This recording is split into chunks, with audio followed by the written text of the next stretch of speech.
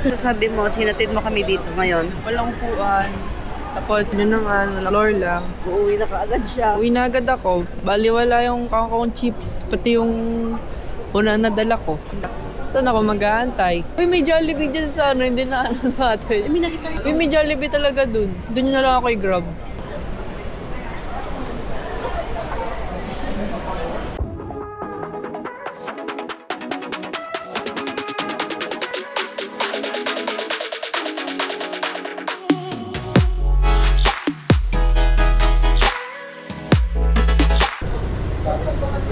Hindi ka na.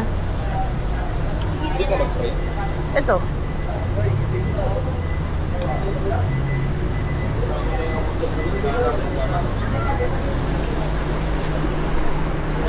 Philippine Airlines, ma'am? Apo. Hong Kong? Tatlo po kami. Thank you. Mag-drop.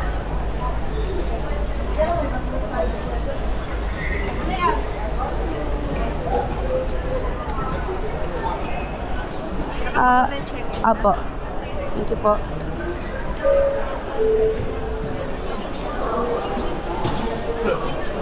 Pag-drop pa lang, pag-drop. Pag-drop pa lang.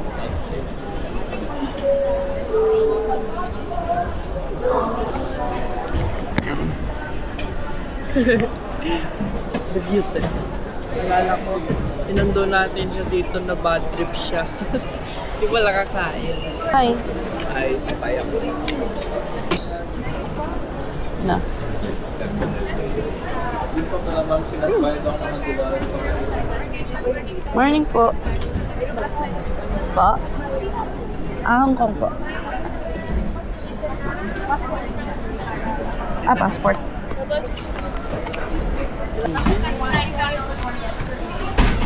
Umalog yung ano.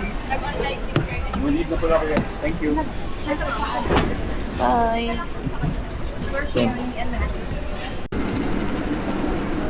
Anong kainan, girl? Uwi ka na agad. Wala man lang. Anong masasabi mo? Sinatid mo kami dito ngayon. Walang upuan. Tapos, yung upuan, yan, puro side lang. Yan.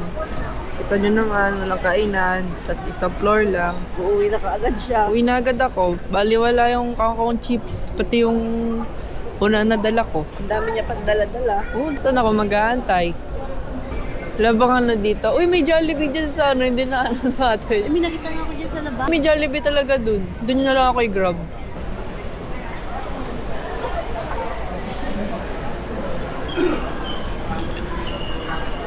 Bigyan mo yung kanya. Bigyan mo kanya. Yan. Oh, mama ka na. Siya pa kayo lang. Alam mo makasama ka? Hindi. Ba't naman hindi ka na-surprise? Oh, siya pa kayo lang. Baiski. Ano masasabi mo? Wala. Ha? Wala. Ayun mga ka-diaries, kakatapos lang namin ito sa may immigration. Papunta na kami nito sa may kainan. Magbe-breakfast lang muna kami kasi wala pang 6 a.m. nito. Pero yung flight namin is 9 a.m. pa. So, matagal pa kami maghihintay. Kakain muna kami. Mag-rice na lang din ako.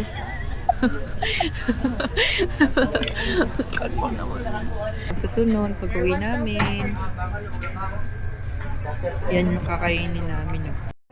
Ayun mga ka-diary, so ikwento ko lang yung experience namin sa may immigration. So yung husband ko is twice na siya nag-international, and then kami ng daughter ko is parehas kami first time. Wala namang ibang hinanap sa amin na requirements kahit nag-prepare kami ng kompleto. Tapos ang hinanap lang sa akin is COE. Then tinanong lang kung family trip, then nung sinabi namin na yes, tinataka na agad nila yung passport namin. Wala nang ibang questions. So, yun.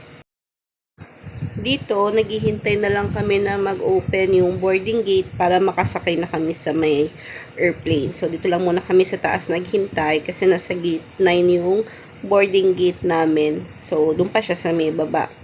Ayan, so nag-announce na sila na open na yung boarding gate. Kaya, bumaba na kami dun sa may gate number 9. So, yan, makikita natin yung flight number going to Hong Kong. So, yan, pasakay na kami ng airplane.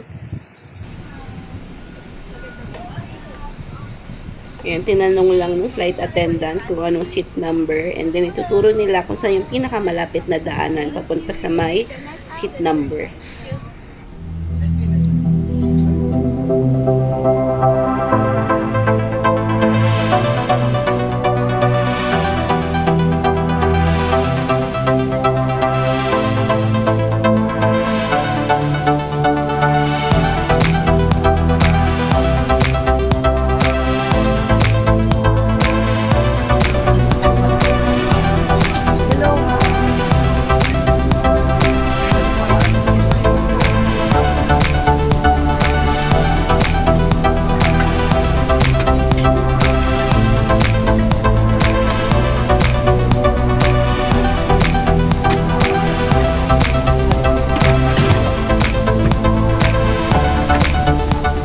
Hello guys! Rental. English. Mabuhay! We are pleased to have you aboard your Philippine Airlines flight CR318 bound for Hong Kong.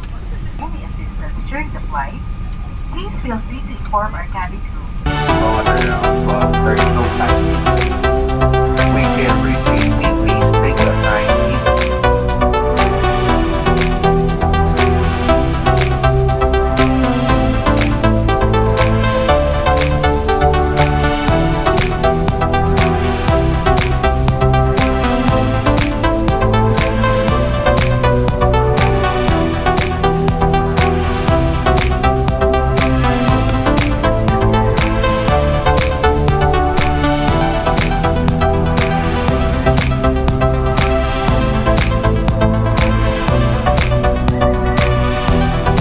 Attention ground staff, doors to short.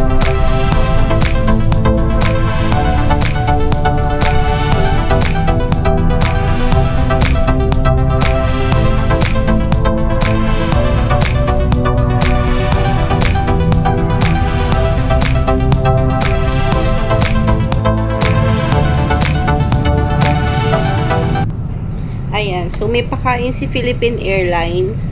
I don't know kung kasama siya sa binayaran namin na flight, pero hindi naman kasi kami nag-avail. So, ayan, after kumain, natulog lang muna, pahinga, para mamaya may energy na ulit pagbaba ng airplane.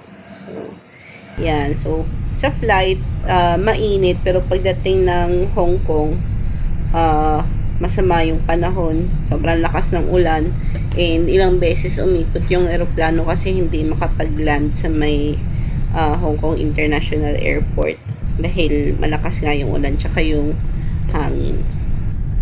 Ayan, so dito paland na kami sa may Hong Kong International Airport, and as you can see, sobrang dilim ng langit, lakas ng ulan, and yung hangin malakas din.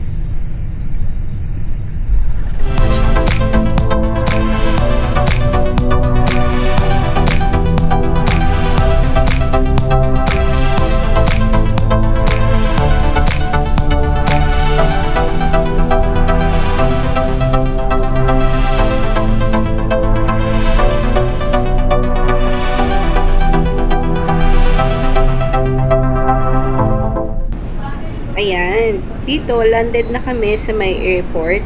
And then naglalakad na lang kami papunta sa may immigration, and then sa may carousel para kunin yung baggage namin. Ayan, so itong vlog na to is para lang ipakita kung paano namin sinabi sa doctor namin na kasama siya sa Hong Kong. Kasi initially, hindi niya alam na kasama siya. And then, yung travel namin simula NAIA up to Hong Kong International Airport. So, yung day 1 up to day 5 namin dito will be out soon.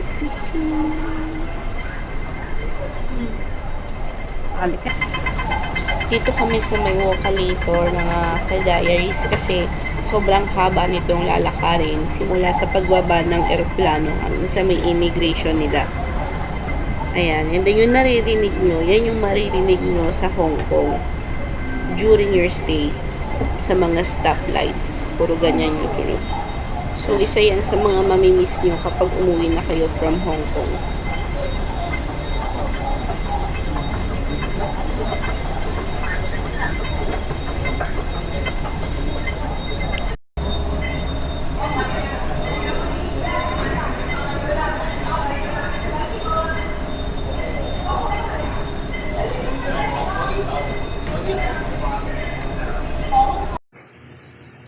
Ayun lang mga ka-diaries. So, I hope you enjoy watching.